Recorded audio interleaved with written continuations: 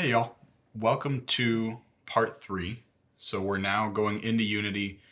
We're going to do a variety of things and go through a bunch of cool tools. Some of which you're seeing in front of you here is a brief snapshot of a preview of where we end up. Um, Long story short, we're going through things like implementing the models that we've created with the textures that were created for them, extracting the embedded materials so that we can override them in Unity. We go into 3 different particle systems, different types of lights with baking emissive lights, in through subsurface scattering materials. Um, we also go into the text tool and how to create your own fonts within Unity, pulled through from your system. That's all part of UI Toolkit. We go into how to add audio to your scene. We go into the timeline animator sequencing tool where we animate the camera, the lights, and a couple other things. And overall, I hope that y'all are as happy with this as I am. Stay tuned. I'm going to cut right over to me starting us in Unity and building back up to what we're looking at here. All right, so HDRP just loaded through. Took maybe a minute or two. Looks like we're all good with HDRP. I'm going to go ahead and close out the wizard.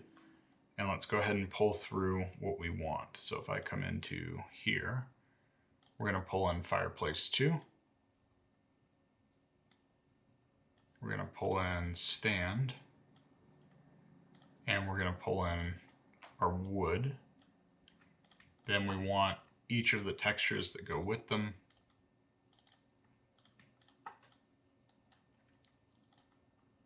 And we're good to go.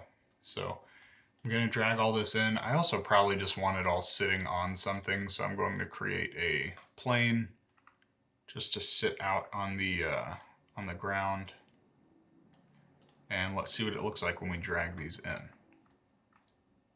It doesn't look good. So what I'm assuming is that somewhere in my export from either Maya to Substance or Substance to Unity, the scaling went a little wonky.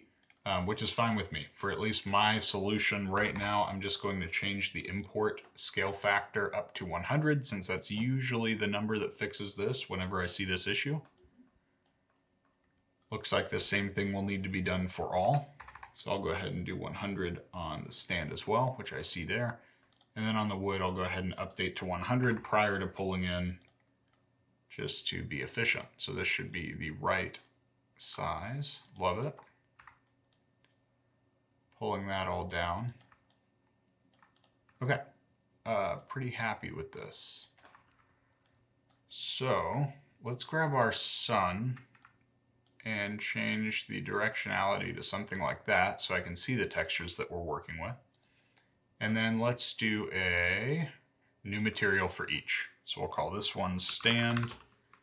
We'll duplicate it, and then rename this one to wood. And rename this one to fireplace. So the duplication is just the Control-D command, and then for renaming, I usually just right-click and hit rename. You can do a variety of things, but that's the most straightforward one to me. So stand, we're good, and then wood we should have to apply to each one, because we did not combine them into one mesh to allow them to UV, or to have them each share one UV. Which in theory, I suppose we could have combined after the fact and just not re-UV'd, but we'll just leave that where it's at for now. So, looking at the fireplace material, we have our base map, which I'll drag right over. Oh, maybe not. Okay. I'm going to lock this out so that it doesn't change as I'm pulling over my maps. There's the base, here's the mask, and here's the normal. However, that normal looks atrocious because, if anyone remembers, I need to go in and change this to a normal map here and hit apply. So that's in the settings for the textures in the inspector. Looks a bit better.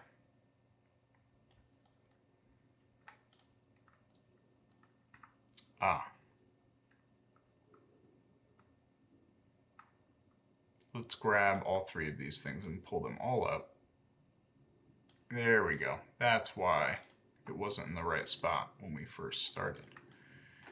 Got it. Okay. Happier with that. The other thing I want to do, because I believe I exported these at 4K, I may not have, is I want to apply the 4K maps. So it should increase resolution there. If I condensed it down to 2K at the end of each, shame on me.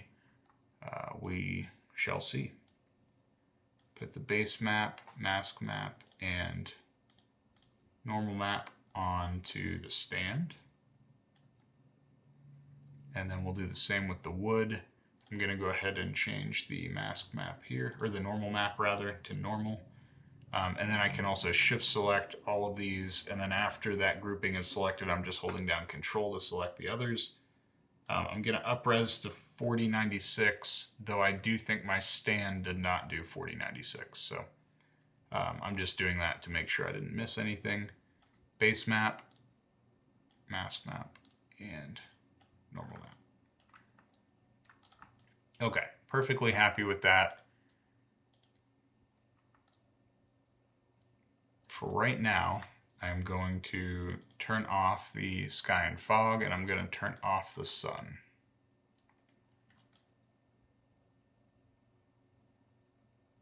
Okay, so now what I want to do is push these back a little bit so they look more like they belong. And then I want to do a VFX graph, correct? Visual effects, so with HDRP, visual effect graph is already in here. We'll call this fire.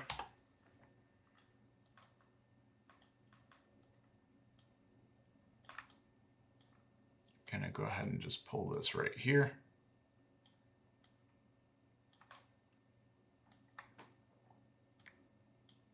And let's see.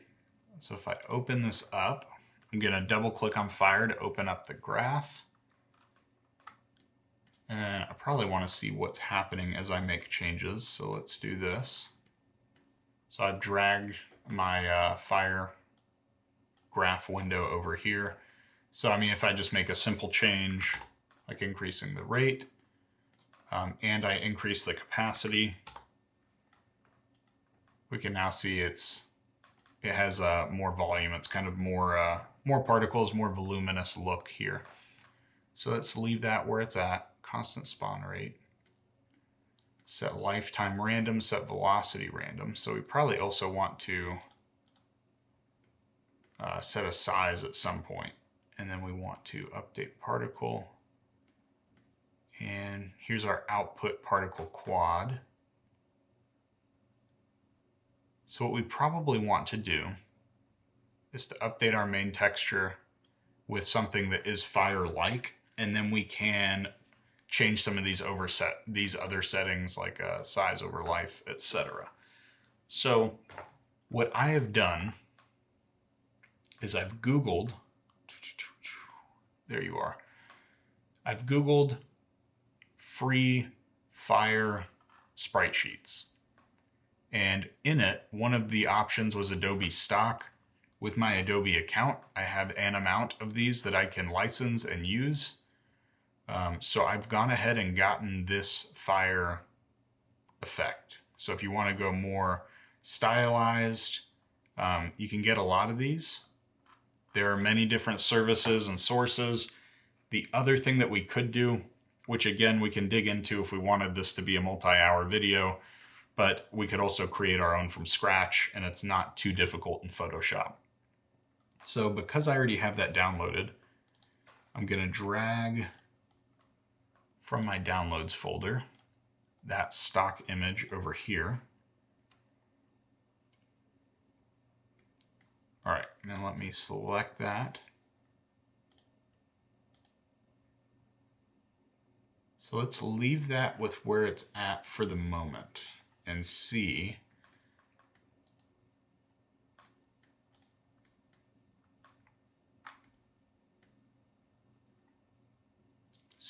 what we're working with here. Interesting. Just checking out the different settings. Cool. is helpful. So I'm going to create a node, and I'm going to want this to be a texture.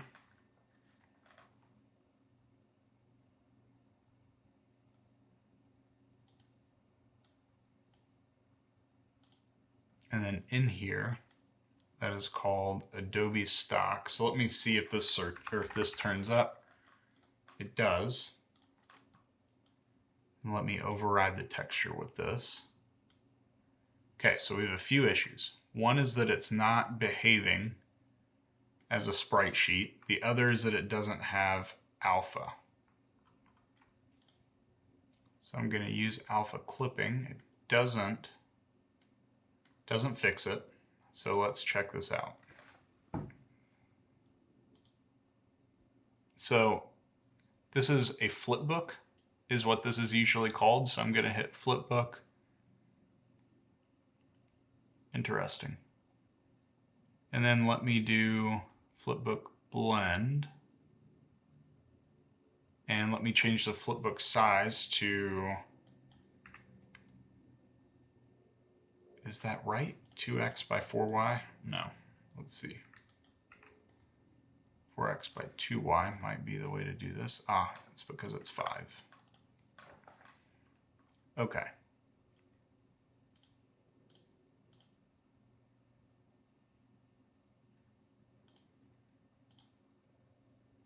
Cool. I think all of this is working well. I just want to make sure that I get this correct. There we go. So we went to blend mode, additive. Let's just see what all we have here. So opaque would likely not have, yeah, it doesn't have any transparency. Alpha pre-multiplied is not what we want either. Alpha doesn't do what we want either. So let's just do this.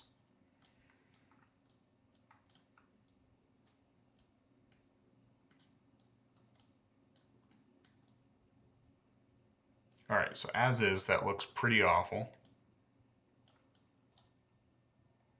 All right, so we are back at it the next day. I'm jumping back into this particle system, and there are a number of issues still, of course. So where we got to is we put in the texture, the flipbook that we got from Adobe Stock. The first issue is that we do not see that it's updating between the flipbook. So it is pulling the first frame appropriately, which is great, but we needed to update through the frames of the flipbook so that it looks like animated fire. Other than that, it's kind of popping in and out, which we don't like. It also is staying pretty much the same hue the entire time, the same intensity. And if any of you paint miniatures, that's one of my hobbies. You'll know that painting fire always needs to be much more vibrant, bright, much more white at the center where it all starts, and then trail off to the yellows into the oranges, into the reds, into the blacks, basically. There's a lot more to it than that, but that's the idea. So let's go ahead and do a flipbook player in the update particle.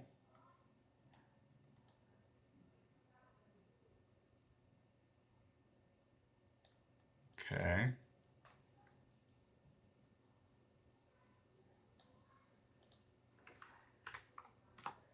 I believe we have what, 10 images and a 2x5.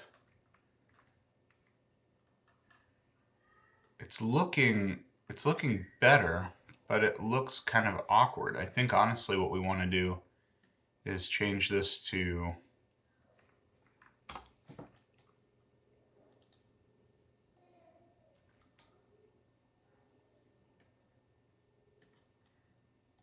I'm just changing it to 1 for right now. Give me one moment and we'll see.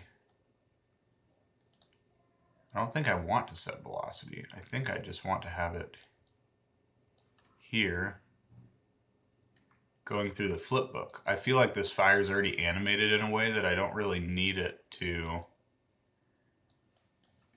have a ton of particles and otherwise. I'm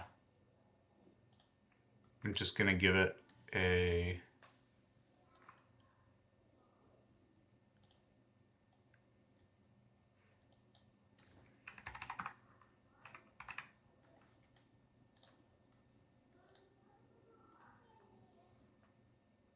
So I'm giving it a lifetime that's going to be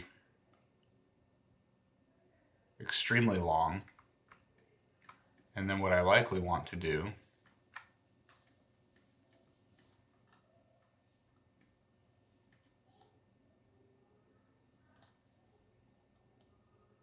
pull the size all the way up so it doesn't look so awkward. So we're going into set size over life. Looks like it's trailing down, which isn't really ideal. There we go. Happier with that. Okay, so that's looking pretty cool. So all that I'm doing is kind of tweaking settings in here.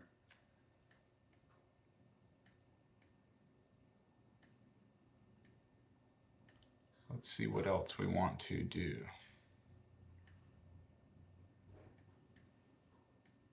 So the spawn rate is kind of irrelevant.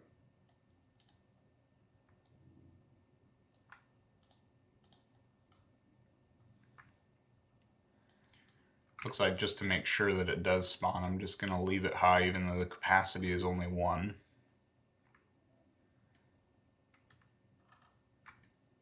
And let me see if I can set the size to... Okay, so I can update the size scale here. Can I turn off gizmos so that I can see the fire? Yes, I can. Okay, so this is working quite well. It's kind of a unique particle system. It's relatively infrequent whenever I would rather just use a non-moving singular particle, but here we are.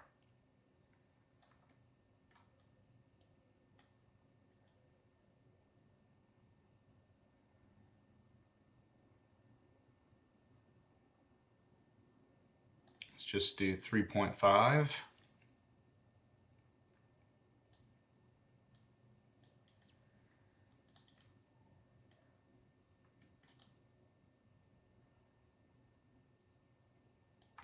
So now the only issue is that it clips through the logs.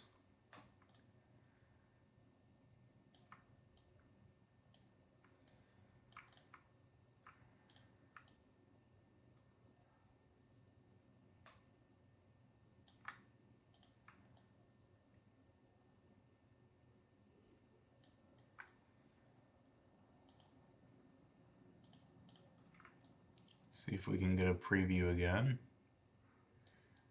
Cool.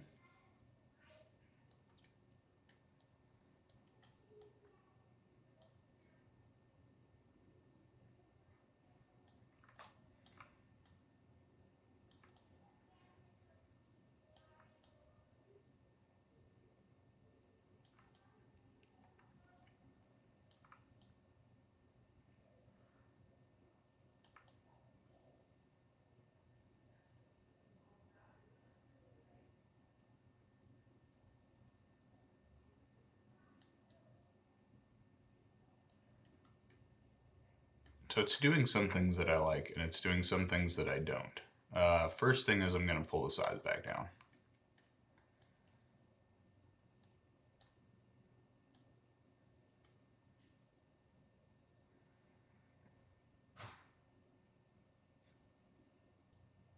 I think that'll work for the moment. What I want to do to just make sure I'm not having weird visual issues is go into, where are you? Edit, project settings, graphics, HDRP global settings, and I'm just going to turn off all this stuff for the immediate time.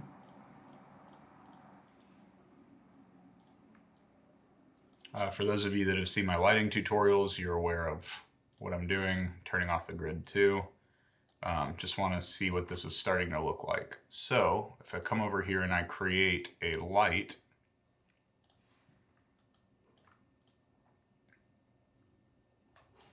let's start to look at how a light would interact with all of this.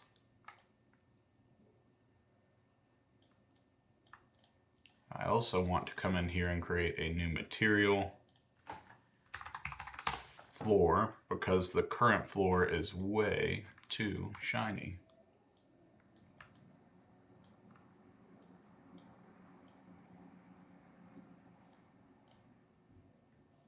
All right, so this point light I'm going to put back on my gizmos. And with it selected, I'm going to pull in the range here quite a lot and pull it up.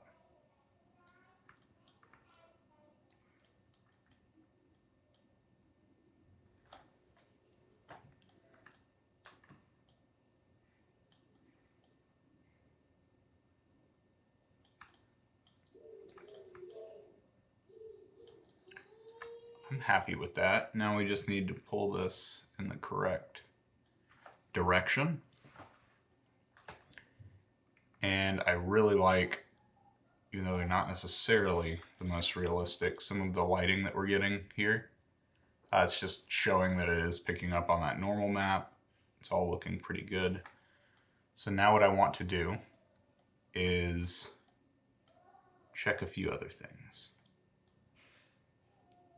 I don't know if we care about volumetrics. Probably do want a shadow map. Maybe we don't.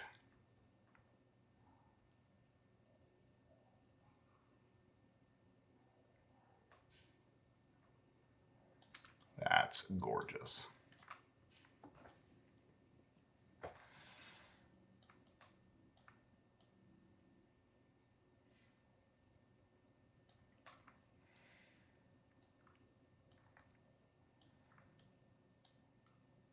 All right, so I think that's gonna look really cool.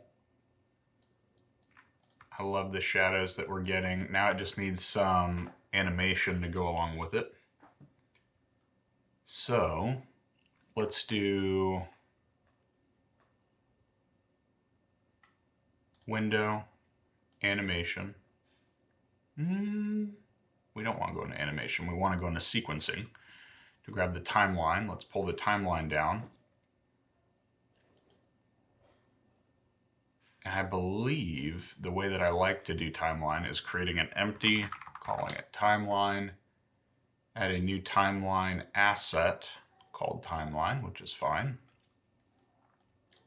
Then we're going to add an animation track. We're going to come over to our point light. We're going to add an animator because down here it's talking about in the timeline that we need an animator. Okay, don't really need a controller or avatar or root motion right now. This is going to be relatively simple. But inside of timeline, I should now be able to drag point light here. And now let's say that I want this to be 10 seconds. First thing I need to do is come out to the timeline. If I click that, there we go. So I went back into project, I found the timeline asset itself.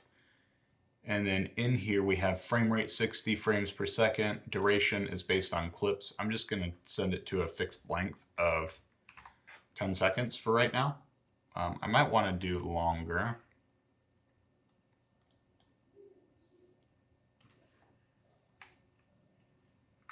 Let's just do 30 for right now. Why not? Okay, so we're going to come back into here and you'll see that 30 is now the amount of time that we want on the timeline. I plan to go in and do a tutorial on timeline in the near future, so hopefully that'll be helpful. In the animation track, in theory, I should be able to hit record, come up to the point light,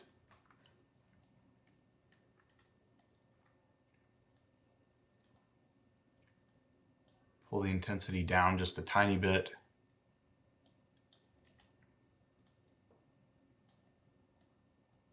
and I'm basically just going every half second and changing this up a little bit just to see what this is going to look like.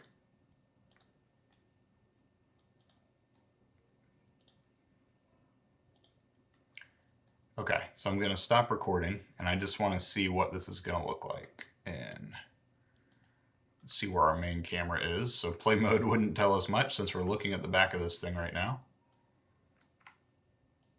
Just going to flip this camera around so it's at 180. And then let's go into move mode and take a look. Good chance this looks not right, but let's check it out.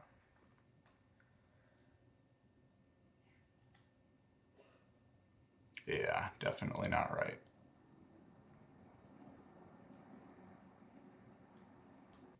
So let me come over here and do a turning off of the set color over life.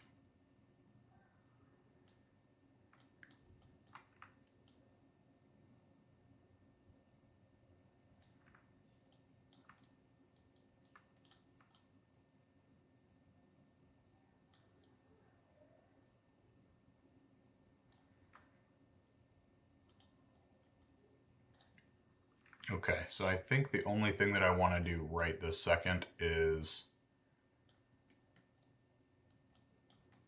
undo that scale change that I did because it doesn't look quite good. At least make it less intense.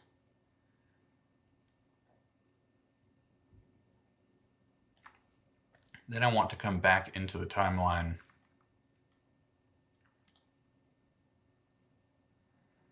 Yeah, it's just not great. So I think what I want to do is grab some of these here.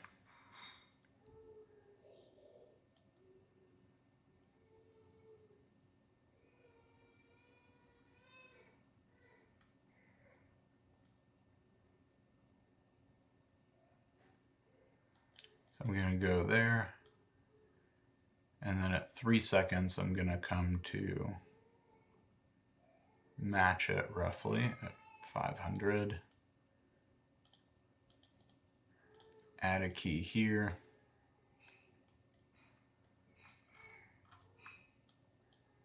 And the thing that I think is breaking this pretty badly is that all of these curves are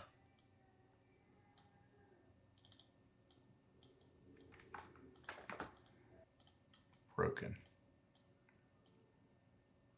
There we go. Happy with broken.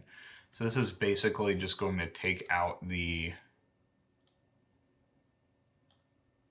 smoothness to it, which a flickering light typically I don't think has. And let's see if this helps. So what I'm doing is clicking on the key. If you need to add a key, you can right click and hit add key. If you already have it, you can right click, and I'm just hitting broken to move these two handles so that they're tangent with where the next point will be, instead of smooth and gradually kind of fading into the next point. Now it should be more of like an on and off. And this one I don't need to do broken because there's not one coming after. All right, so could be horrible. Let's find out.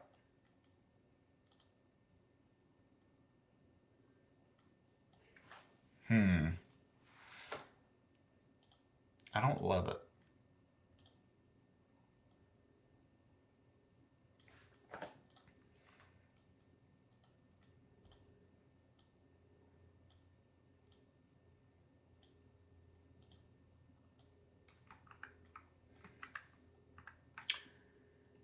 think what I want to do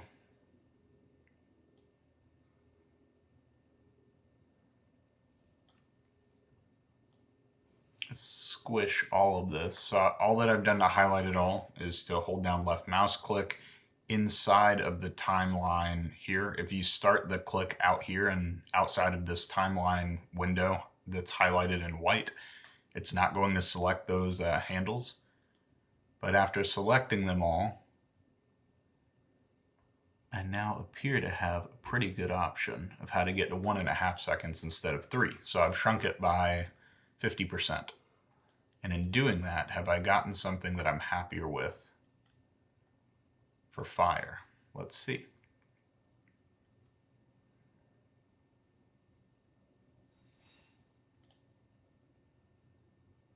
No.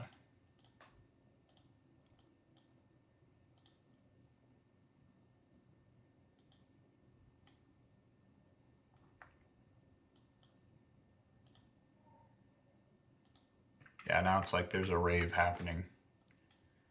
It's also weirdly in time, which I think is not what we want.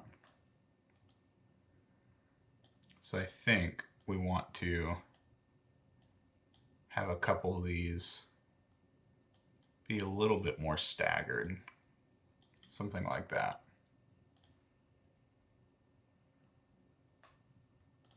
Happier with that. That seems a bit more organic.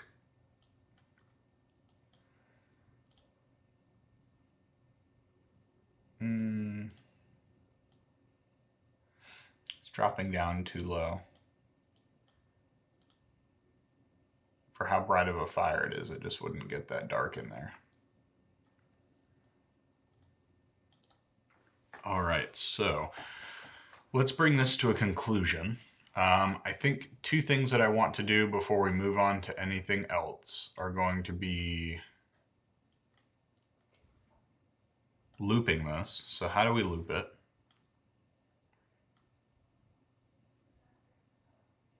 Let me see how we want to do this. So in looking inside of the timeline, there's the loop function, which I assume will not loop until it hits the end of the 30 seconds. So what I could do is come over here, pick the timeline asset, change this to a fixed length of 1.5 seconds, come back to my timeline. Ooh, actually we went back to 3, didn't we? So that's fine. So let's just go back to 3, enter. And now in theory, if I set that to loop,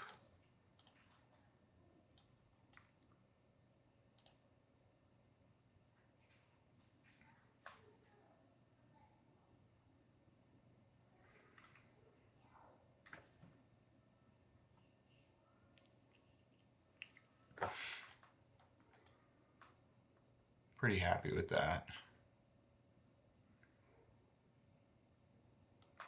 Seems a little too repetitive, so what I might want to do would be to stop this timeline. We're going to turn this to 6 instead through the timeline asset.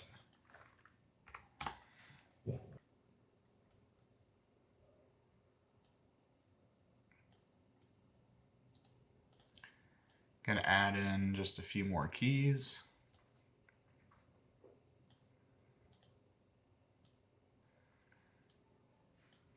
So let's drag this out.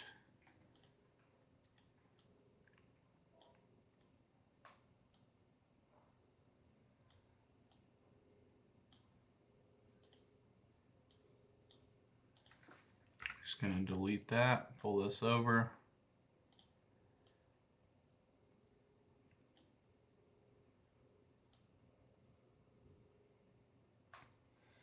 Something like that. Let's see if that looks a bit more natural looping.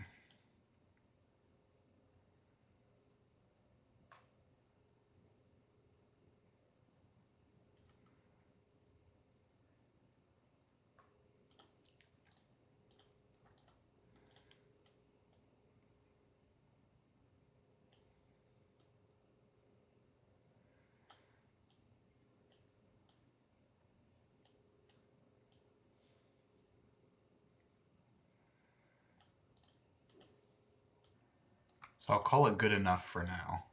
It's still not quite doing it for me.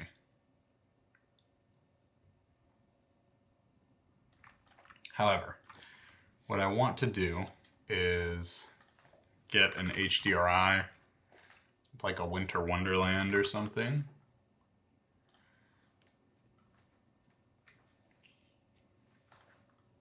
Let's go outdoor. I think this will be pretty good. I like that. So let's download it. Going into our downloads folder, I'm going to open my downloads folder, And I'm going to go to my project and I'm going to drag in this mountain.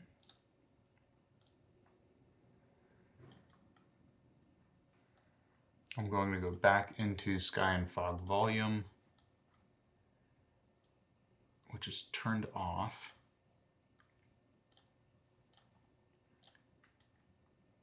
And then I'm going to turn off Physically Based Sky, turn on this, go to HDRI, add an HDRI override. Much of this we've covered in previous. I think I'm going to hit apply to this and see. Okay, so it looks like the cube map took. So what I did is I changed the texture shape to cube, and then it turned it into a cube map. And now if I go back into my Sky and Fog volume where I have visual environment enabled and I have HDR Sky enabled, I'm going to drag my HDRI over. I'm going to turn on this. And now we're going to start to get some interesting, there we go, interesting reflections, some light picking up on the brick. So I also turned on the exposure that was built into this. If we wanted to, the exact same thing could be done by going to Volume, Global Volume, and then adding these myself. But because the Sky and Fog volume was already here, I can go ahead and use that.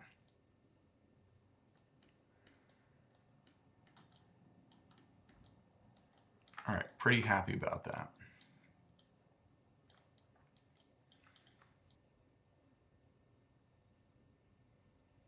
I think for right now, I'm happy enough with that fire. And we'll start importing our 3D parts that we just made.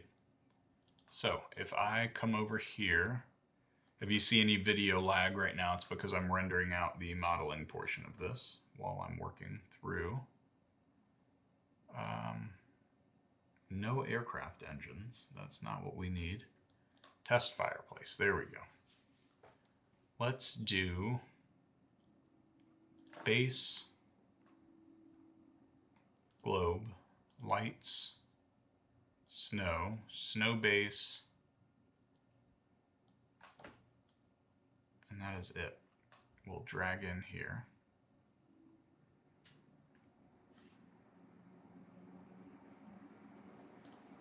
And then for base texture, I can pull that in. So the base, let's do, that's snow base. We want just the base.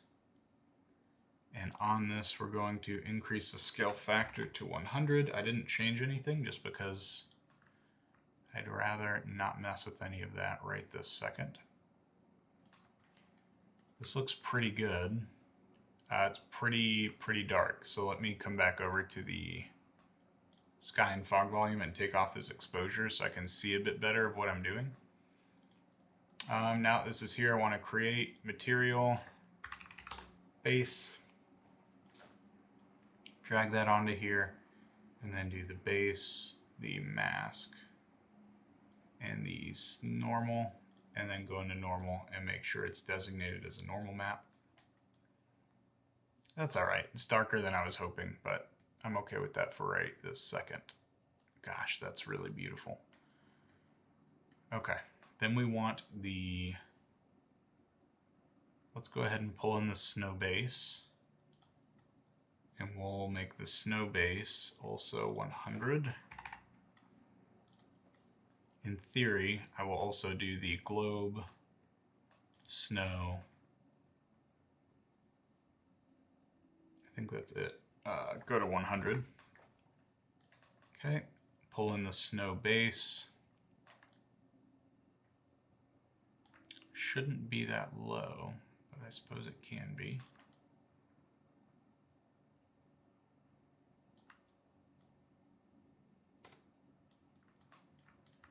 Something like that.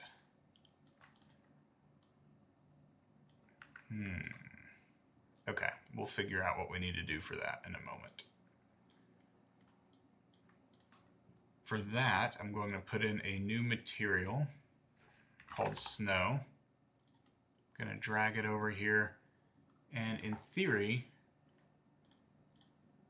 I might want this to be subsurface scattering, in which case I believe I need to select a new diffusion profile. Create rendering HDRP diffusion profile. New diffusion profile. We'll go back to snow. Drag this over, fix.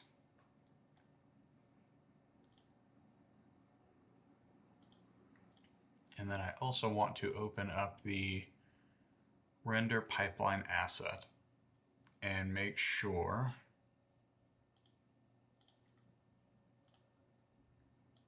that we have subsurface scattering enabled.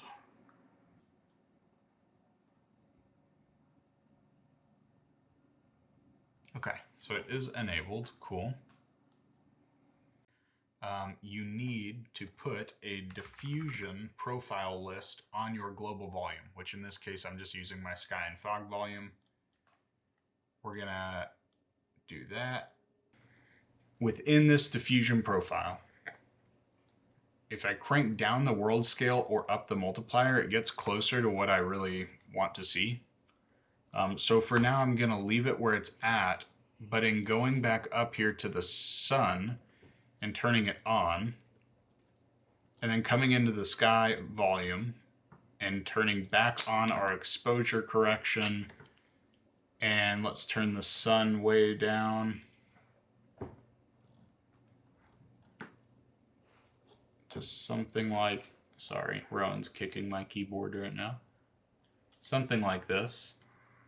I believe it's starting to look correct. And now I can pull in the lights and I can pull in the snow. I'm gonna set him down and see if I can end this video before he reaches my power button. So here's the snow that I will apply the same snow texture to. The main reason that I needed to get the sun back on is because when I had the sun off, the snow was just reflecting like a weird black, and so it really seems to need the sun to understand what it's doing. So there's our snow for now. We'll see. I think I need to come back in here and paint in some dirt, which might change the direction I'm going with this all. But that's where I'm at for right now. So we'll call it a day. I'll see y'all tomorrow. Okay, so what I want to do next is pull in the texture that in actual time I just went back and painted. In editing time will be likely towards the middle to end of this video in part 3. But I want a base map, and perhaps, depending on how we want this to be, a normal map. So test fireplace is our working folder. Base snow is what I just made. So it made a normal, a mask, and a base. It looks like I can pipe a couple other maps into this type of material, but let's see if we can pipe these in and be happy enough with what it appears to be. Go ahead and change this over to normal. Apply. I believe this one was 2K, which I'm perfectly all right with. And now let's go back into this, the moment of truth.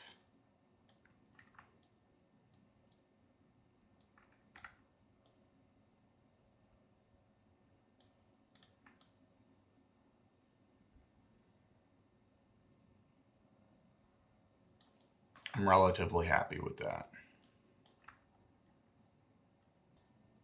All right, so the only other thing that I just did is I went back into Painter and I changed up the roughness of the snow because it was looking super glossy, which is uncool.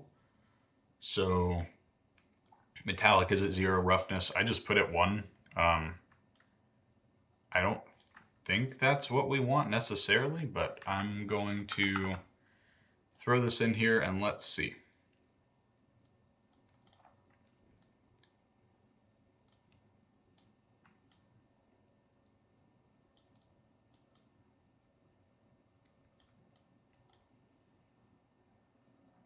I think for the sake of this demonstration, I'm going to be happy with that setting. We likely want to dial it in more because snow actually reflects a good amount of light.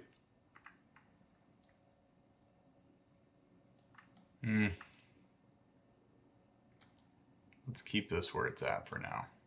We'll figure it out later on.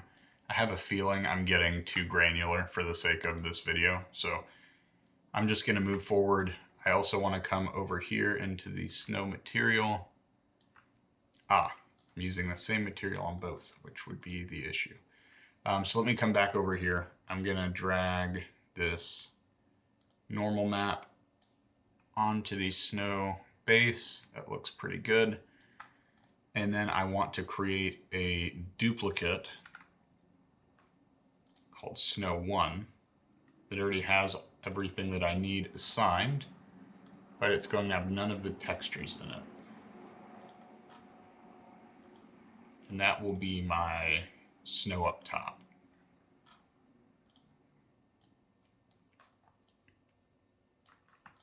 There we go. And let's pull the smoothness way down. Make it look more snow-like. Okay, I'm quite happy with that.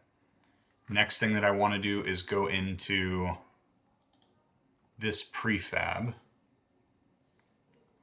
Find it over here. Come over to materials. So we already have the materials extracted here. So this is what I want to do. And in theory, we could do some project cleanup right now. Let's go ahead and do it. So I'm going to create folder models, create folder textures, and then create folder for materials. And I think that's going to keep us a bit more organized. It'll take me 45 seconds to get all of this into the right place.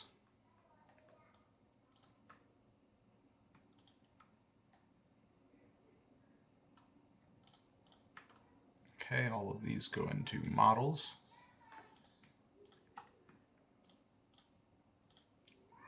Textures, that's a material texture.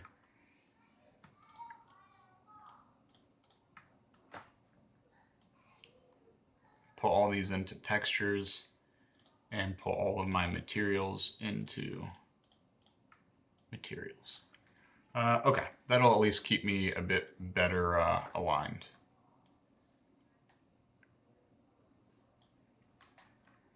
So let's go back into the prefab for the lights. I'm going to lock this and come over to materials, and now I'm going to create a handful of materials. So material blue,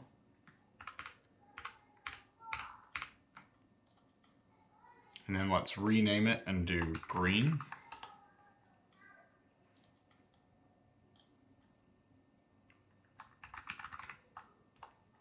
Orange,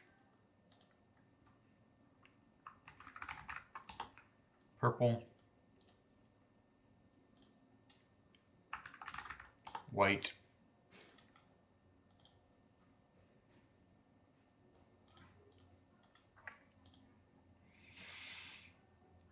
bulb base,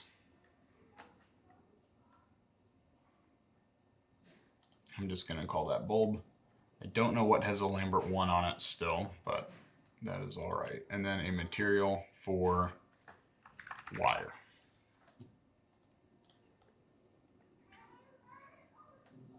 And now what I want to do is drag in blue,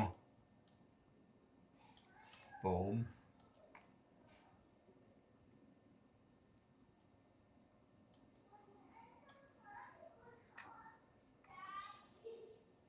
it sounds like my daughter is having a bit of a time, so I'm going to pause it and go see how she's doing. Be right back. All right, so we are back at it.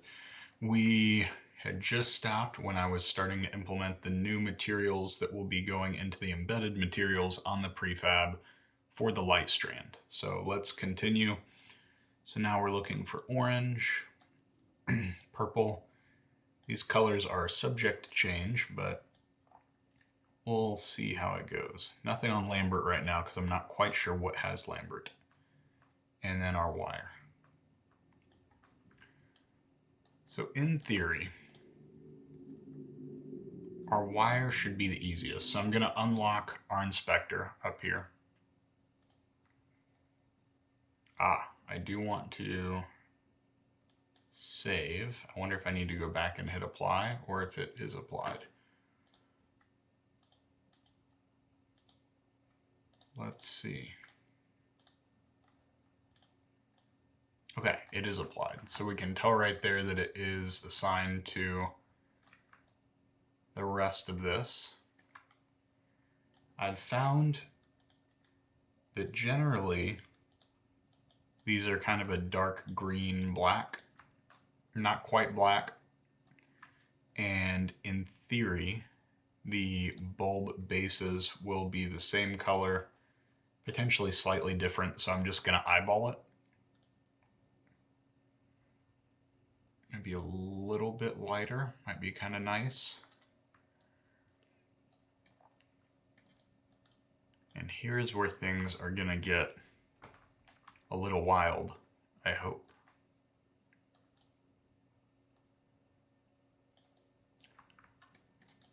So I should be able to come in here. Now remember, we didn't finish modeling over here just for the sake of time because our camera is going to be looking at this scene from over here in a pretty fixed way. So we're not too worried about it. We did that for a few reasons. It's kind of a nice 3/4 view. The light in our HDRI is over there, so it's giving us really nice reflections off the brick. I think something like that is going to look really nice as a way to cap this off. So let's go ahead and work through one of these and see how it is going to look. So if we take this to blue, this will be the question.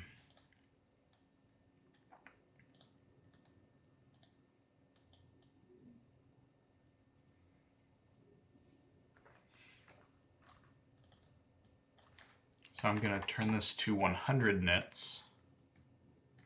Maybe let's do 10. Just to see how this is going to look. And then I would like to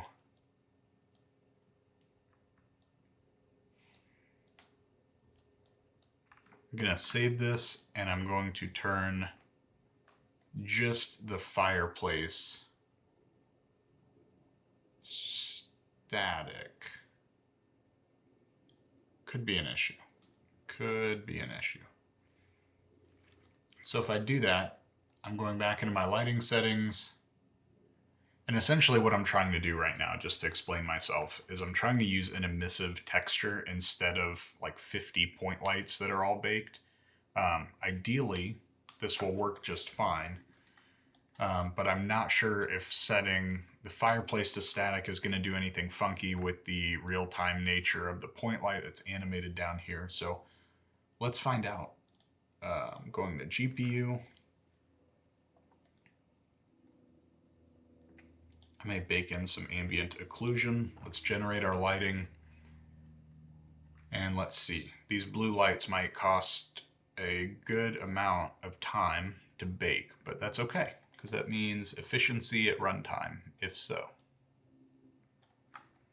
But we'll see. Currently, I don't see any progress, which is concerning to say the least.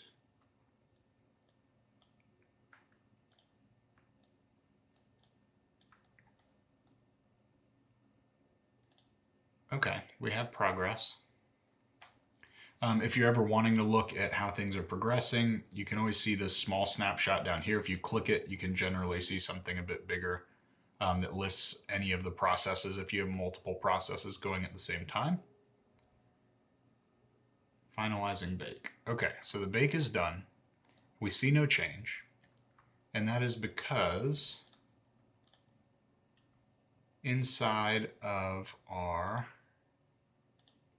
material for blue, we need to have baked global illumination turned on. And we're going to rebake let's just make sure nothing else in here is set in a strange way. Fireplace is 100% static. The main one that I care about is contribute GI, but I just set it static in its totality because there's no reason not to right now. I'm going to generate lighting again, and let's see if the blue does anything.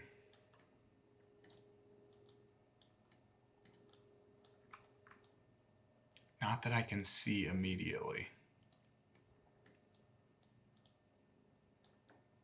All right, so this is why we're doing this all with blue first, instead of putting them all out and then figuring this out and then implementing a solution. All right, so I'm going to try something that I think might help us. I had turned the sun to mixed from real time, just because, to see if that would help at all with getting some light map data. It's not looking superb. However, I'm going to set the lights to static as well as snow to static. I also need snow to look correct. Seems a little bit high right now. Something like that, I think, is more what we were going for. Yeah, that looks better. Okay, so now that the lights are set to static, I believe the emissive model must be static as well as what's receiving the light. So I'm going to check, I'll leave this sphere on and we'll just see what happens. Generate lighting. So right now all that we have is the snow on, oh buddy, something's happening. Okay. This is great. Fantastic. The nice thing is here, and you can see the blue starting to affect, that's awesome. It's starting to affect the model and the light maps. It's probably way too high, as we can tell from here. But this is going to give us something really nice. Okay, cool. So now it's baking a second light map too. That's good. And ideally, this is going to make this look perfect. I'm so pumped to see that working. Can't believe I made the error of not setting the lights themselves to static. So you can see it's just blown out. It's not super great, not helpful. But we can fix that quite quickly. So all that we have to do for that is go into blue. Where are you? Into the inspector, pull the nits down to, let's just say 50. And then we will come back to lighting and do generate. And let's see.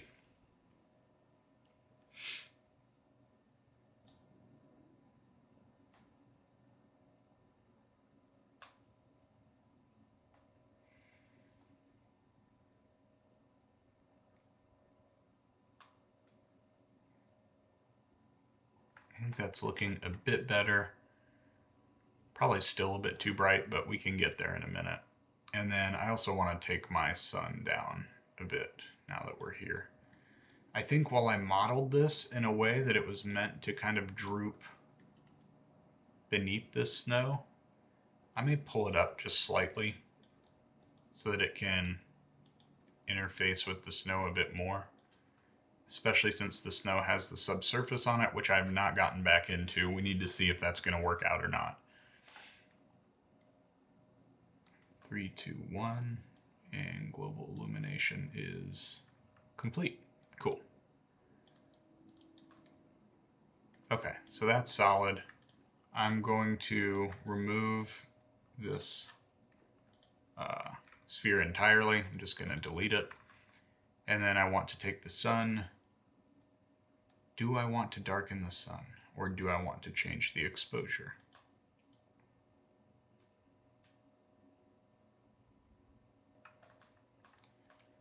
Okay, so that's where we are now. If I come back over here and I turn the exposure,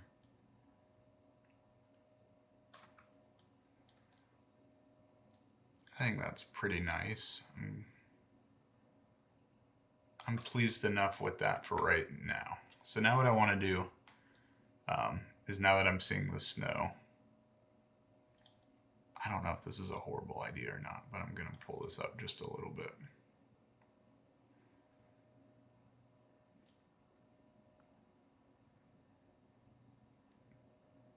I actually like that a lot. Okay. So before baking again, I'm going to go ahead and go into green and do a base map of green and emission intensity.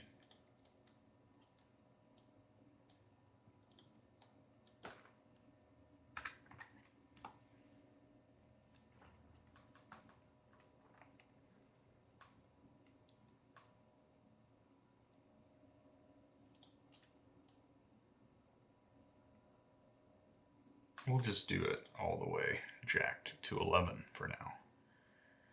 Okay, now we'll do purple.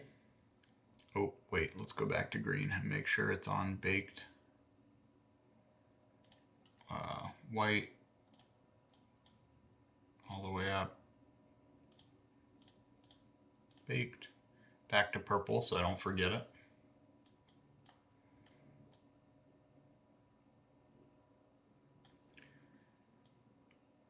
Somewhere like that's pretty good. Baked. And orange.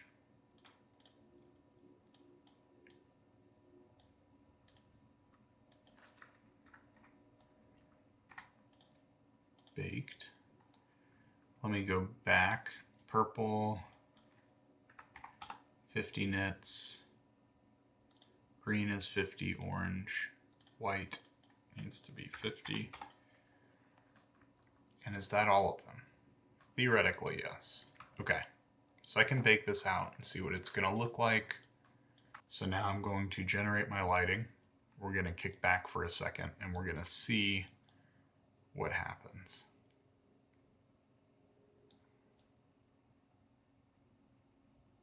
That is certainly quite fun, isn't it?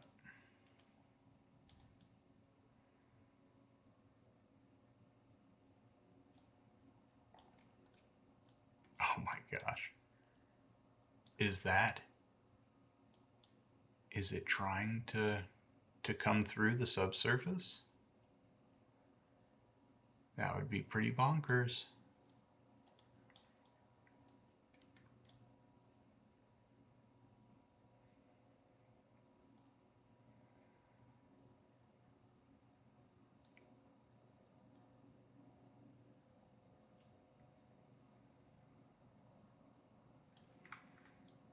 I don't even know what to say. That will be crazy if some of that actually works.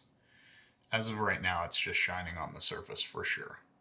So we'll see if any of the work that we did on a subsurface material came out to be worth it.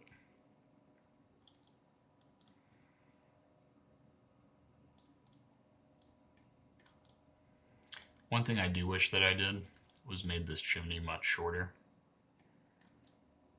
But I think we'll just work with what we have and we will enjoy it.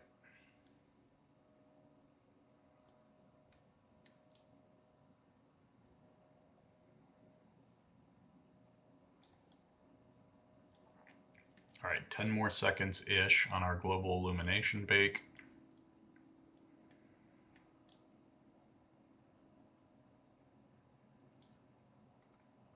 So ideally, artifacts like that will handle themselves. Potentially not.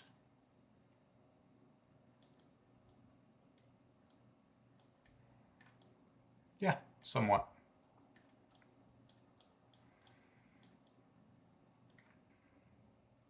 All right, I'm super happy with that. So let me just come back into snow, material. So what I want to do in that case is go to the diffusion profile, select it, and turn this up. All right, so we're going to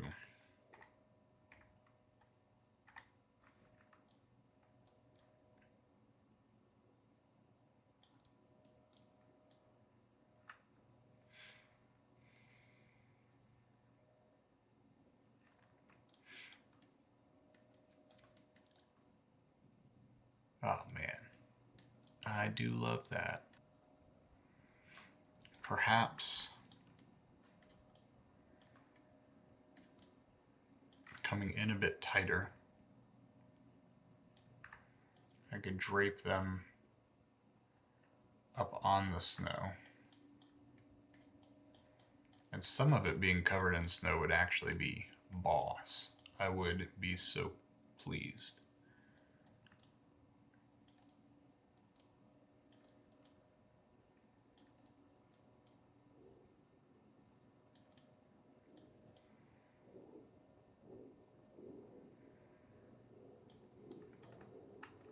I'm gonna rebake this lighting and just see what it looks like.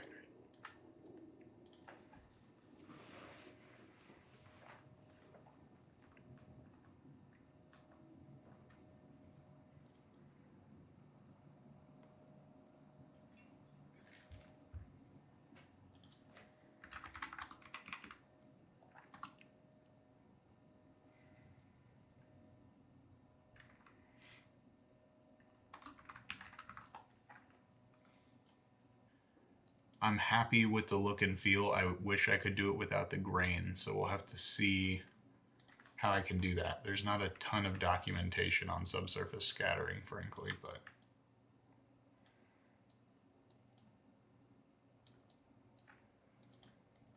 honestly, does that add much? Nope. I'm gonna remove that because it was looking a little weird.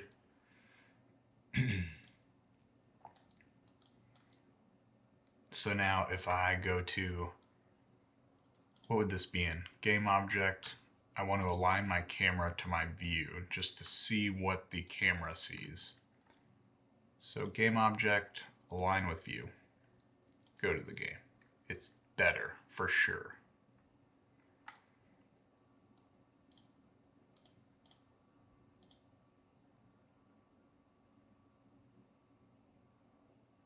I think this may end up being outstanding. Okay, I'm gonna leave that where it is. What we got to do next is get the rest of this stuff in here and stop getting stuck on the cool stuff like the subsurface scattering. Okay, so that's pretty dope. Let's pull in the globe. I think is the only thing that we need. Theoretically, there's a ton that we need, but you know what I mean.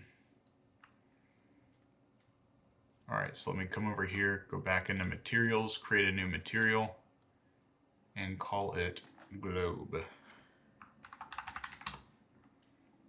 Throw this on here, pull it to transparent.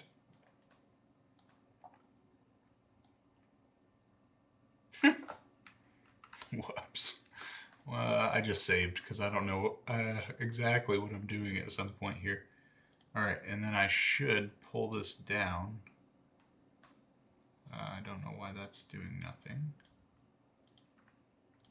Okay, there we go. We're back in action.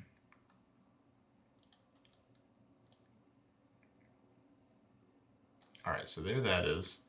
The ripples that we're seeing I do not like at all. So in theory that would be the smoothness. There we go. Oh gosh, we'll make it a little bit rough maybe. Something like that. And then I think the overall size should probably be. God damn. I knew that chimney was gonna get me.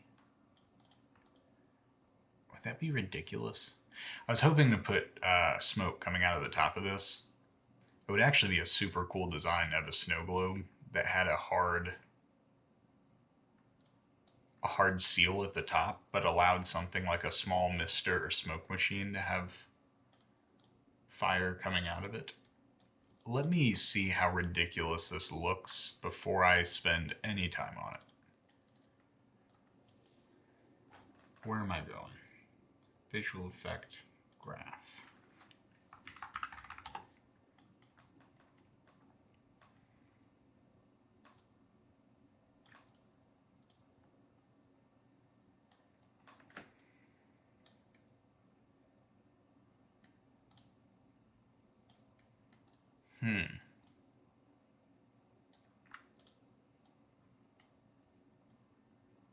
Why is this even subsurface anymore?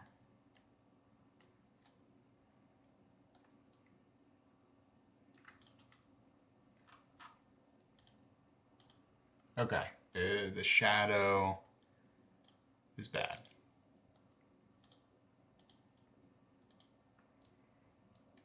Let's see if there's any, is there like a default cloud?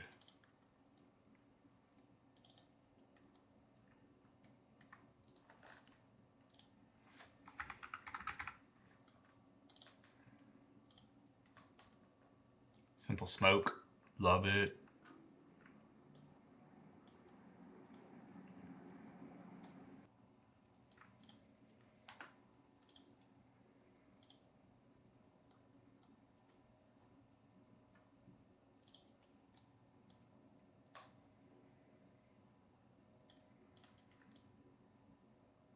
That's better. Okay, yeah, that's what was bugging me. It was just too opaque. Now it looks more like a bubble, which is kind of cool and fantastical.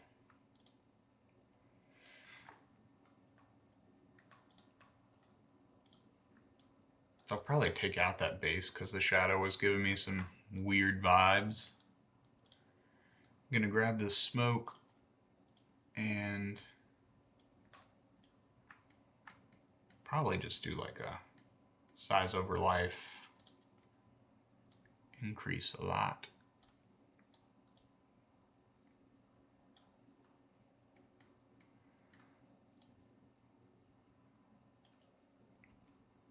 And then we want it to go farther.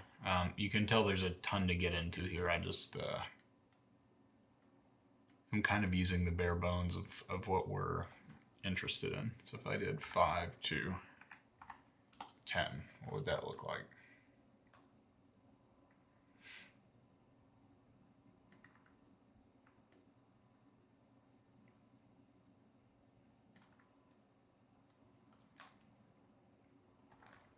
I think I need more.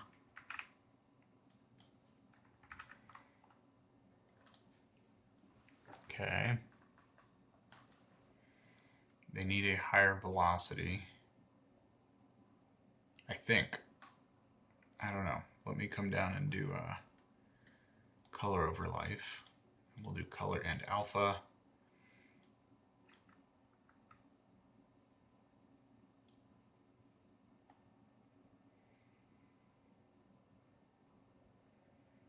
It's kind of seeing what adjusting the alpha does.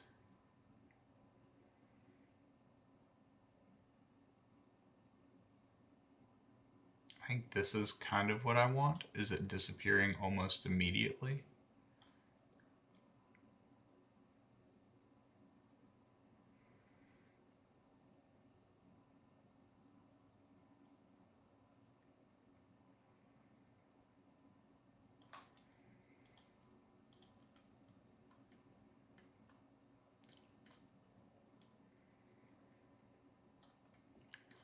I think that looks a bit more.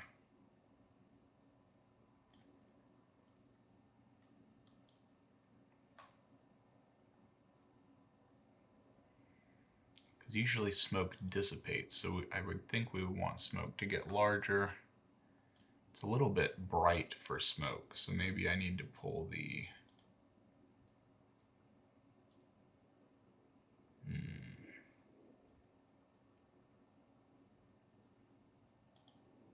maybe I want to pull the color to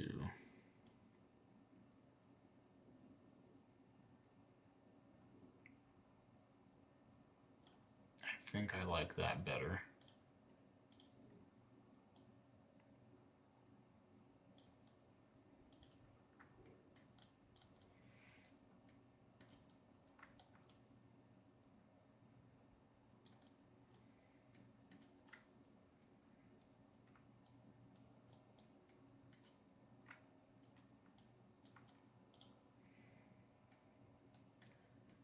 Pretty happy with that.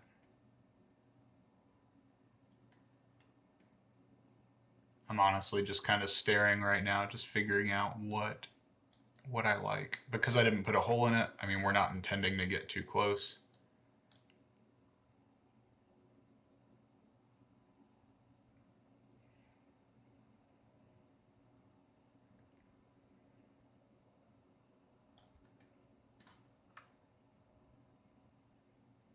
certainly, I think I like it.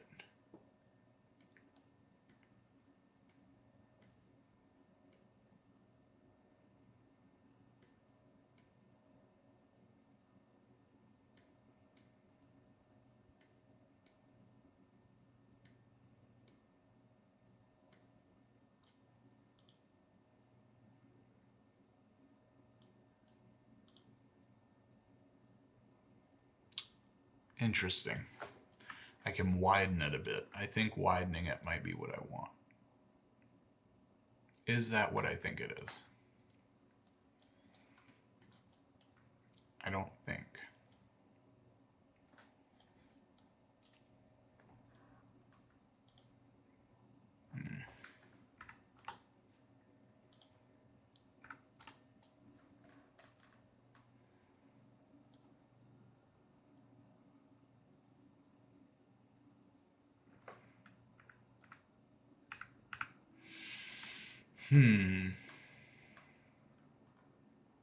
I'm sure that there's an easy way to indicate in here.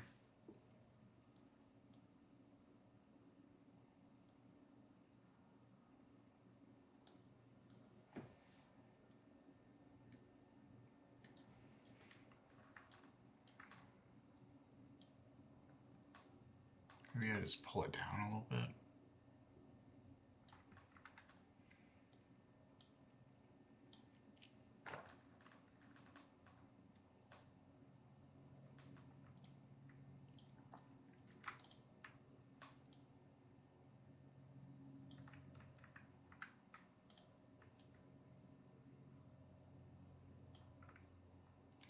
I think I want to turn the white even darker.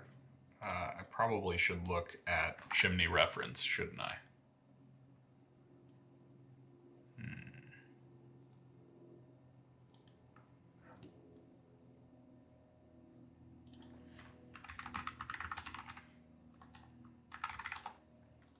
So I'm just looking at chimney smoke, and this is showing almost the exact opposite.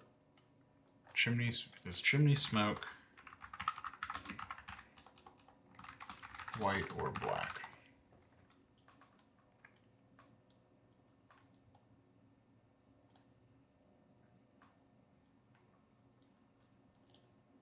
Well, that's not helpful. What color is it? It shouldn't have a color. Well, that doesn't make for very good visual storytelling, does it?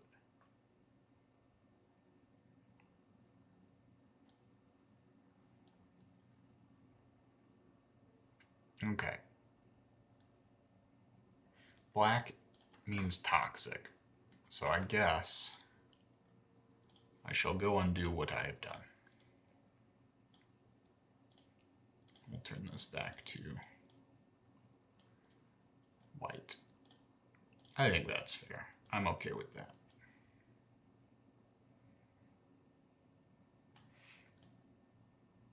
I like the rate of dissipation. I think that's cool. It could even get, I'm gonna go kind of crazy with this. Could it get bigger faster?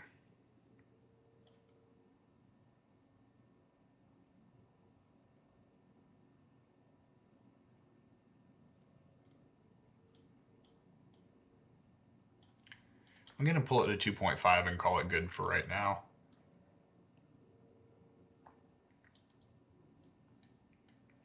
And then the last thing will be one more effect of snow, right? I hope. Create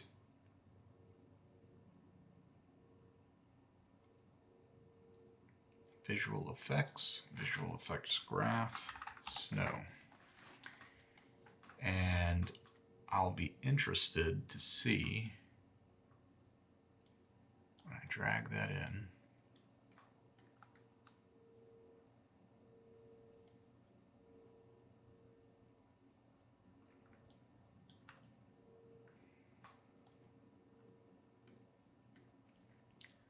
So the velocity will be the opposite.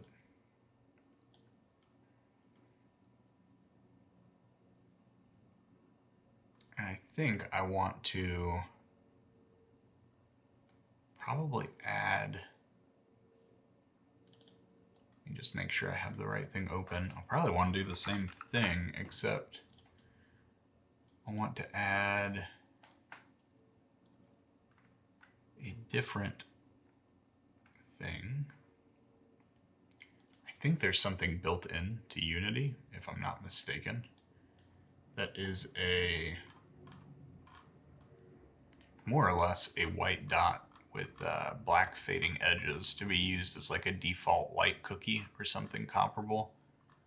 So what I'm looking for is that, because that would essentially work as snow, I would think.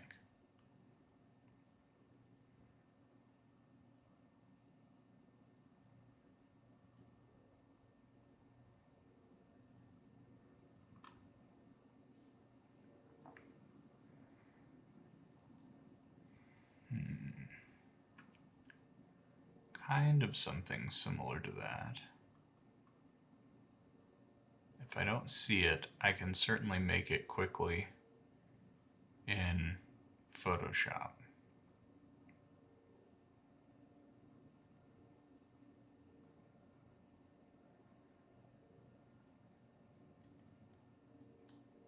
There it is.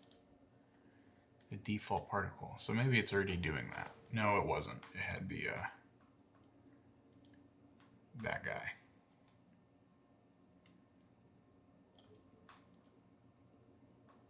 Okay, perfect. So, cool. So we want velocity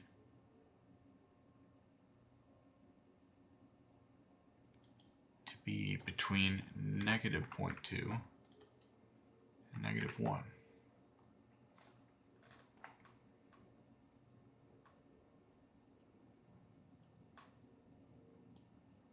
Maybe it'll be -0.2 and -0.3. But we want the lifetime to be astronomical. Let's just say 50.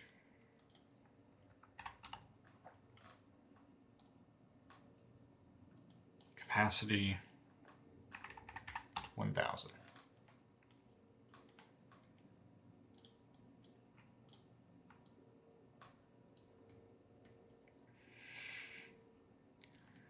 It's looking pretty good.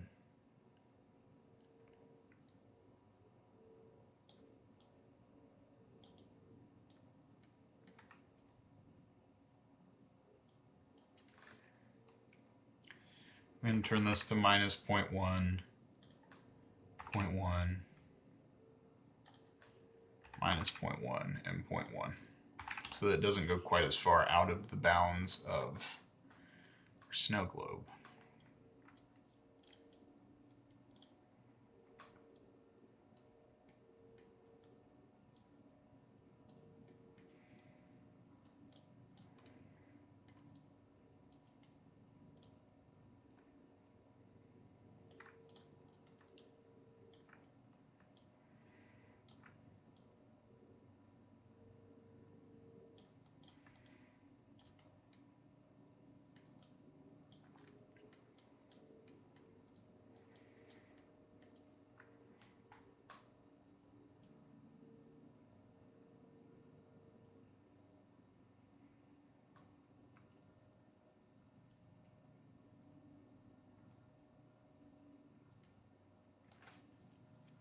Okay, so that's looking pretty good.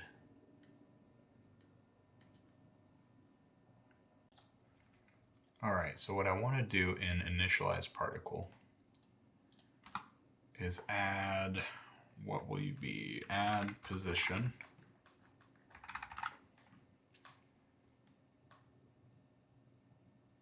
And we likely want this to be a shape, right? Let me just see what shape turns up with. Set position, got it.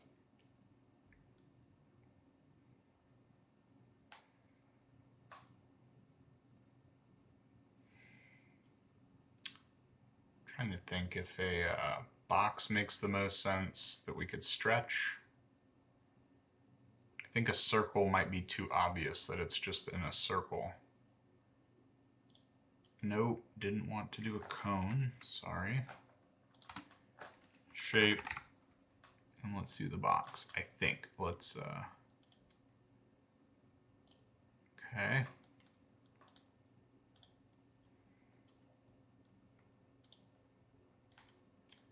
So now I want to do this.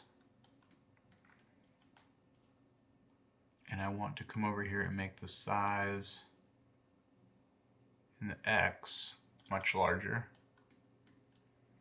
Yes, that is what I wanted. So let's just do 10 by 10.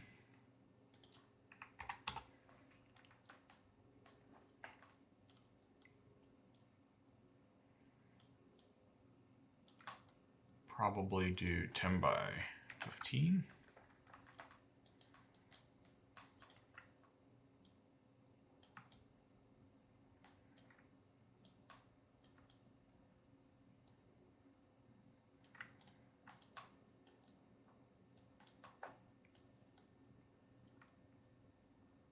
All right, and then the snow, this texture, default particle.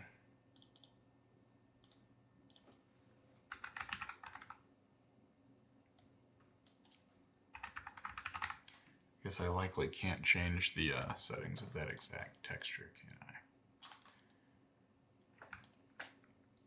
I? I think it's honestly working just fine.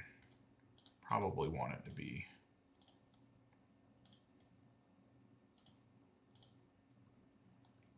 a little bit more vibrant.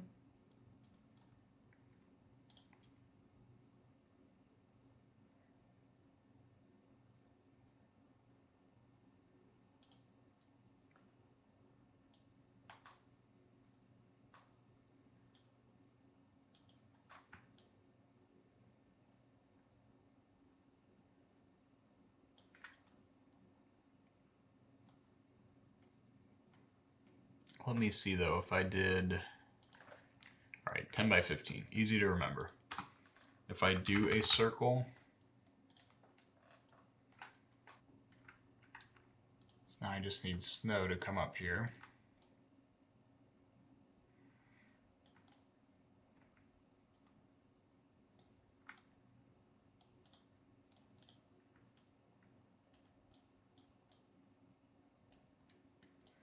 I think I could probably pull it down more in order to get more width.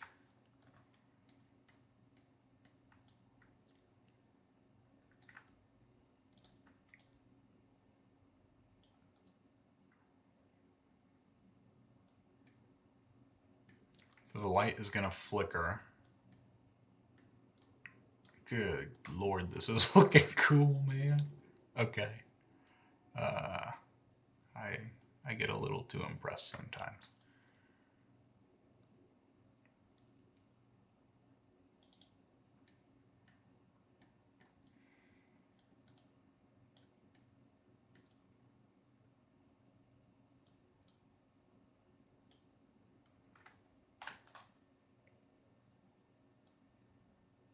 You're falling out of the range of the globe, which is not great. Probably means if that just died,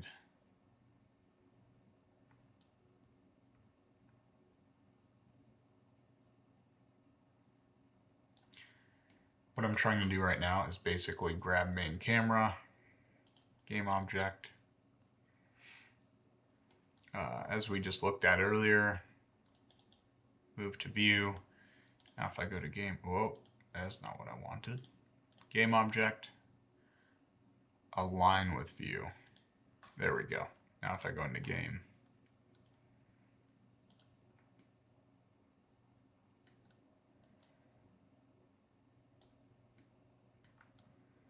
game object, align with view. All right, let's just see what that looks like.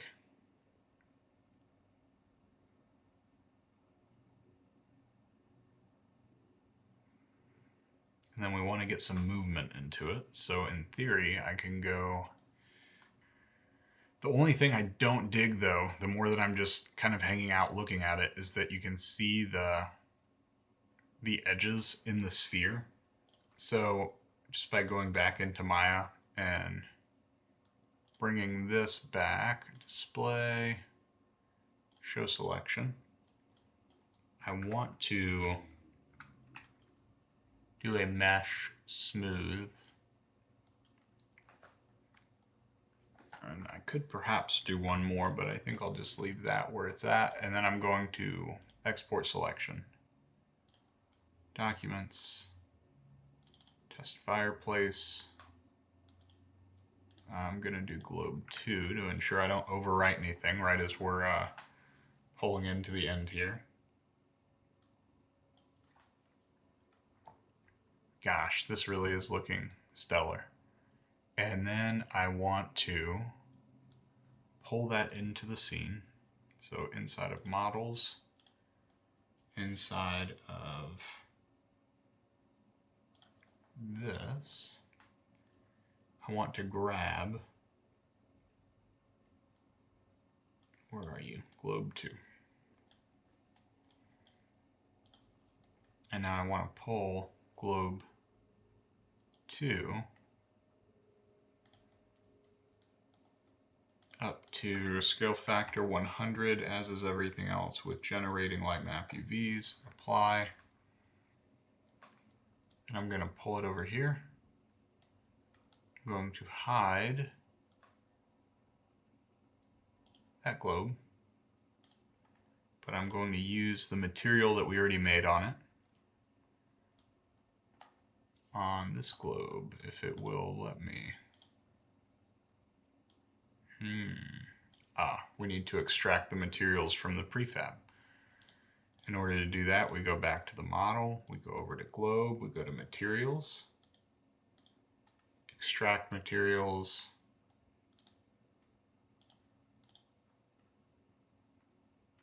and now this Lambert can be globe, or not the prefab. The Lambert can be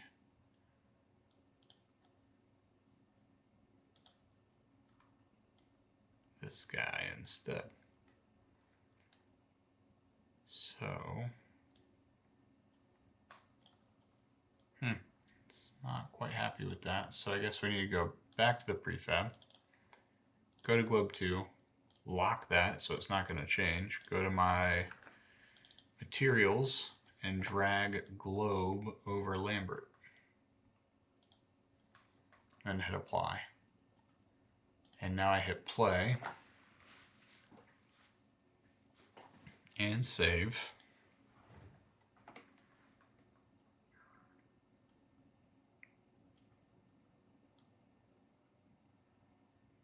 Okay, that's looking good. What were, I guess really I should be able to just go into unlocking this, going into the transforms of this one, and I'm going to grab world transform from globe and put it onto globe 2, and then I'm going to take out globe. You can see how much nicer this is going to be when I hit the check. Perfect. Much nicer.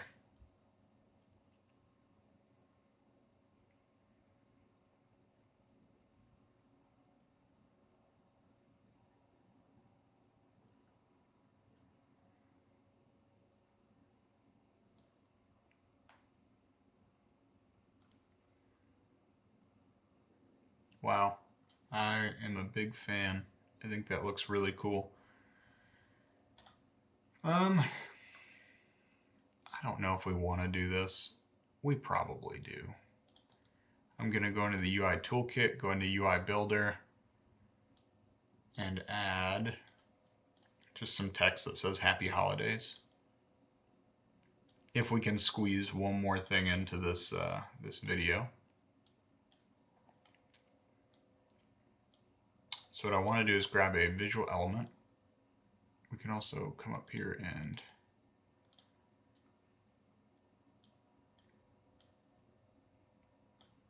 File, save as. Working UI. We're not going to have any buttons or anything, but was just thinking it might be kind of fun to have a piece of text. And then within this, we can, what do we want to do? Justify content at the bottom and centered. And the nice thing is that that's flex designed, so it will flex as the UI aspect ratio changes, which is pretty cool. We want this to be QHD probably. And I want the label to be maybe a white, like a light blue or something might look kind of nice. Maybe white to go with the snow. So now I need to figure out to come in here and find the text. Color white. And then I want this to say Happy Holidays.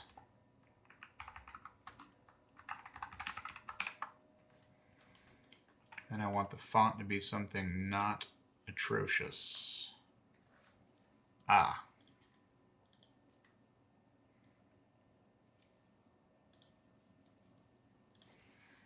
So we're going to change the text.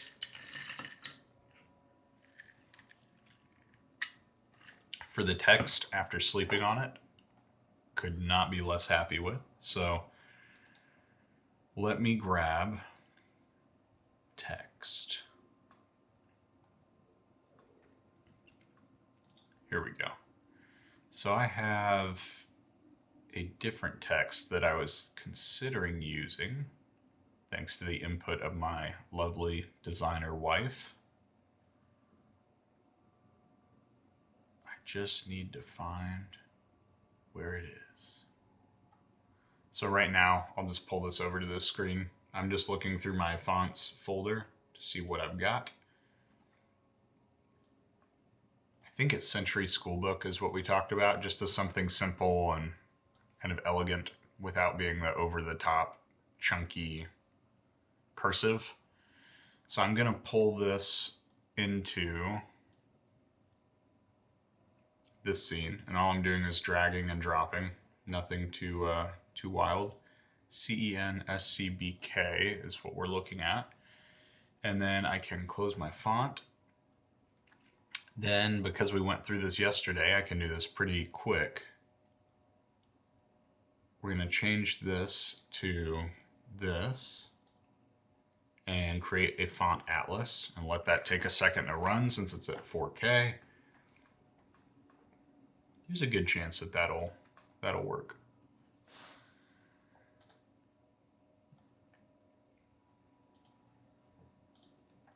Okay, so I've done all of that. Now I want to come back into UI Builder, into our text label, and I want to change this to this, and I want to change this to this. Let's see what it looks like.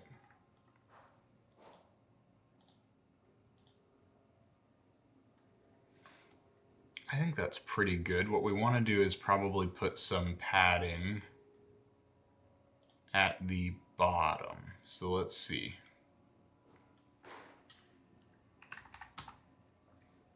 Something like that. I think that's looking pretty good. The snow's looking better.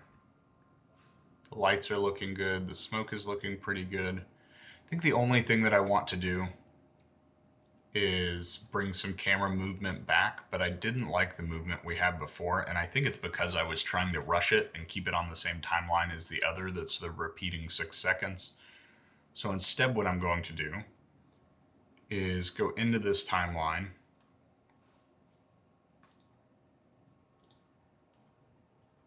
and I'm going to remove, not what I wanted to do. We're going to remove the main camera animator and leave the point light. So now if I were to hit play, the point light should still be animating on a loop.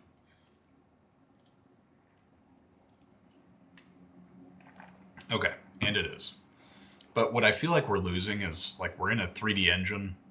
I'd like to show that off a little bit. So I want to have the camera at least show some shine in the work that we did on the brick texture and show that we're really representing these snow particles in 3D by shifting a little bit, getting that bullet time, or rather like matrix bullet effect. So something subtle, calm, I think would be a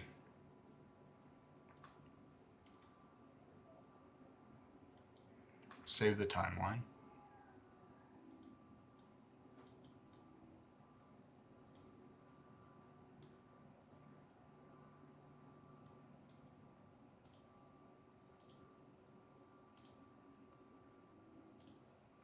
There we go. Don't know what happened with my UI there for a moment, but we got it fixed by going up to the right and just setting us back to default layout. In the game, is everything still solid? No, because it's at free aspect. Better.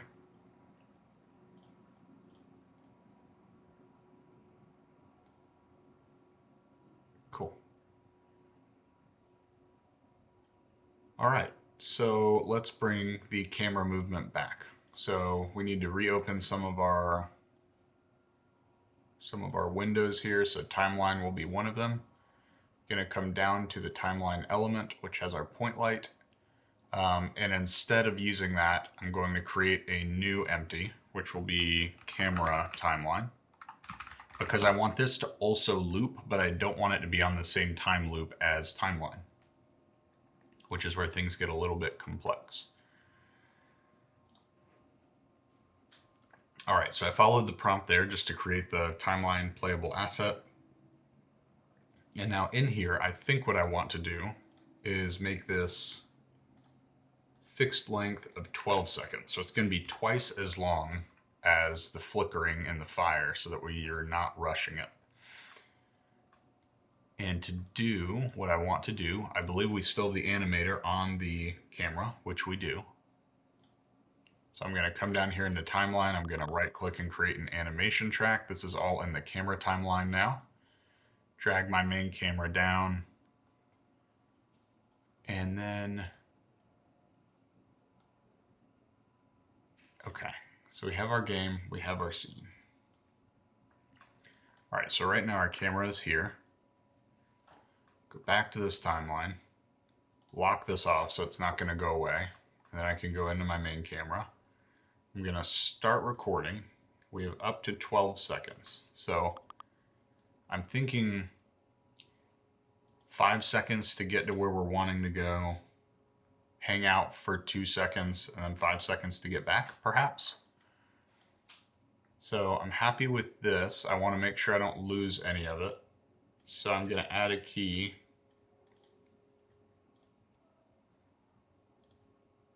To everything. So now there's a key on position, rotation, and scale. I'm going to come out to 5. And I want to take this to the right,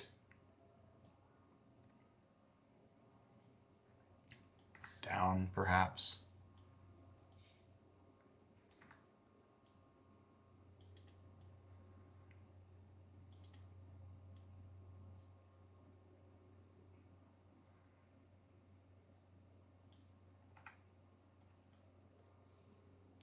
Okay, and then hold that until here. Do a new keyframe. And then I'm going to go back to 0. I'm going to right click and copy world transform. Go out to 12.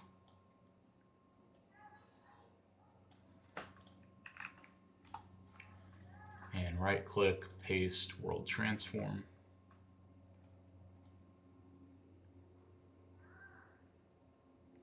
I think that's looking a lot more elegant.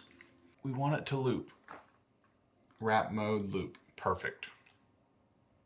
File save. I think we also want to rebake the lighting. This might take just a moment, but should be worth it. Generate lighting. I think that these look a little bit glaringly incorrect against the rest of this. So I'm going to pull this out and pull this out. This is where we are certainly flubbing reality, but. And I think by doing that, we'll get a nicer, more even light across the front, which I think is missing right now, that it kind of dies out there. So generate lighting again. Let's see what happens. Already looking better, more even. Gosh, that is too cool.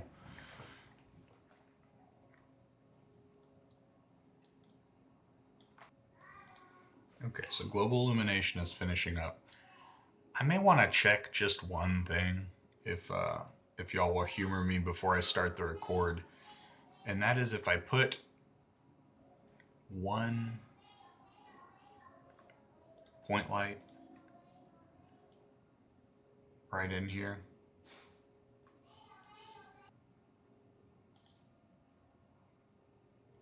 I'll think on it and make a decision quickly.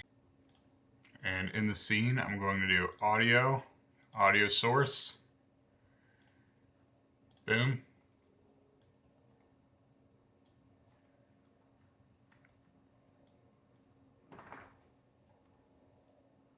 Am I able?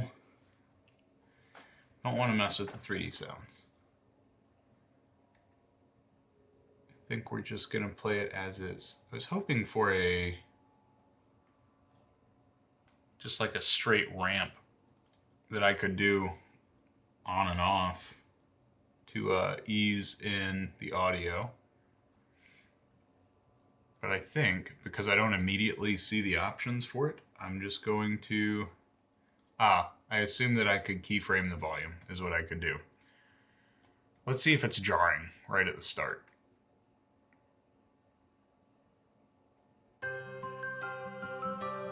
No, actually that's pretty good.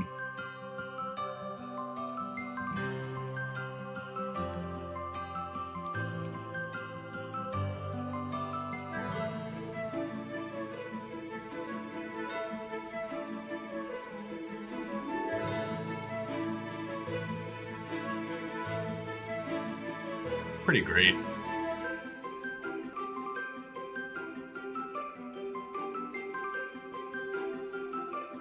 I think I kind of like the 4K. We'll try it and see what happens. So we want to go back to general, recorder window. We already have the movie created. All right, so I'm back into the fire.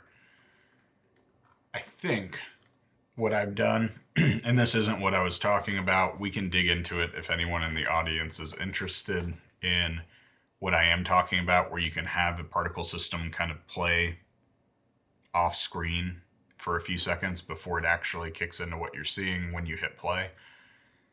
But to fix it in the immediate time that we have, I've just increased the spawn rate to 32. It used to be a spawn rate of 1 with a capacity of 1.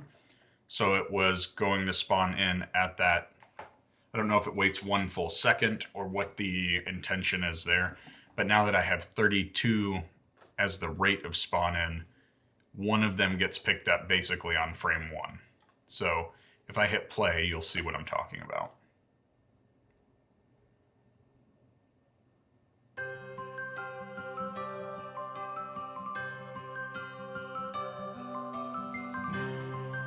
Yeah, I think that's the ticket. We're gonna start the recording and call it good. And go. I'm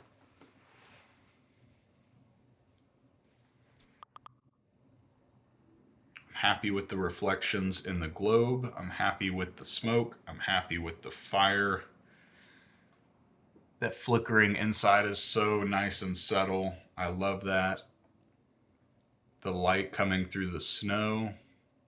The bricks with their bit of shininess that you can see changing as you rotate the camera.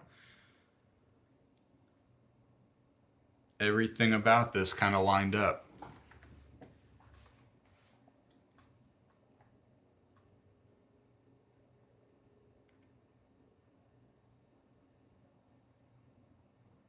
And actually, we'll see if I eat my words in saying this out loud, but the seed that we're using for this particle system also seems to be one that's not getting any particles outside of the globe, which is great for us. I love, man, we even got the lifetime just right. As soon as they get towards the bottom, they fade out. It's so great. Okay, now let's watch this video and call it done. I just want to start from here. Okay.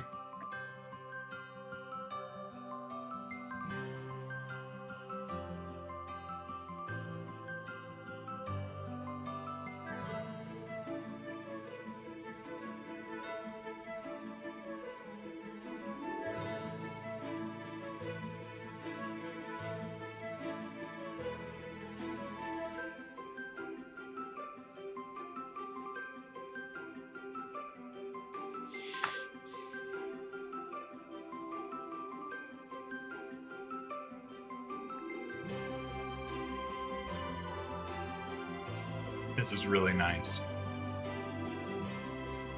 I appreciate y'all being on this journey with me. This has been a very fun, probably in total between a half day and a day of work to get this going from scratch again. Wow. Okay, we'll call that good. We're officially complete.